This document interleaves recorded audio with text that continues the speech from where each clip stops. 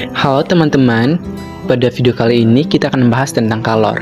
Jadi, apa itu kalor? Kalor mengacu pada transfer energi panas antara objek atau sistem. Kalor sendiri merupakan satu bentuk energi yang dapat ditransfer dari satu objek ke objek lainnya karena adanya perbedaan suhu. Ketika dua benda yang memiliki perbedaan suhu bertemu, maka akan terjadi perpindahan panas. Selanjutnya kita akan membahas tentang perpindahan kalor. Perpindahan kalor yang pertama yaitu konduksi. Konduksi merupakan peristiwa perpindahan energi panas melalui kontak langsung antara partikel-partikel zat tanpa adanya perpindahan massa. Ketika suatu zat dipanaskan, partikel-partikelnya menjadi lebih bergerak sehingga energi termal berpindah dari partikel yang lebih panas ke partikel yang lebih dingin.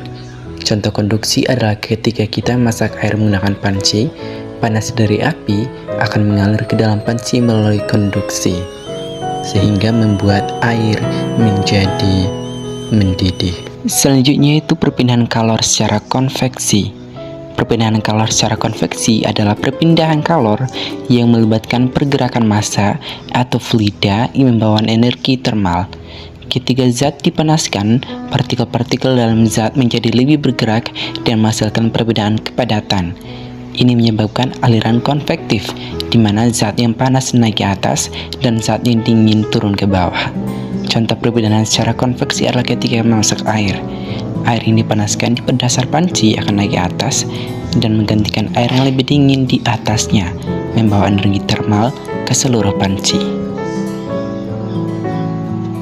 Yang terakhir yaitu perpindahan kalor secara radiasi. Perpindahan kalor secara radiasi melalui gelombang elektromagnetik tanpa adanya medium untuk mentransfer energi. Radiasi sendiri dapat terjadi melalui medium atau bahkan dalam ruang hampa udara. Contoh perpindahan energi panas dengan cara radiasi adalah ketika kita merasakan hangat atau panas dari api unggun. Selanjutnya kita akan membahas tentang beberapa rumus yang ada di materi kalor. Yang pertama yaitu perpindahan kalor. Banyaknya kalori yang diperlukan untuk menghasilkan perubahan suhu ternyata sebanding dengan massa benda dan perubahan suhunya, serta banyaknya kalori yang bergantung pada jenis benda tersebut. Secara matematis, hubungan tersebut dapat dituliskan sebagai berikut.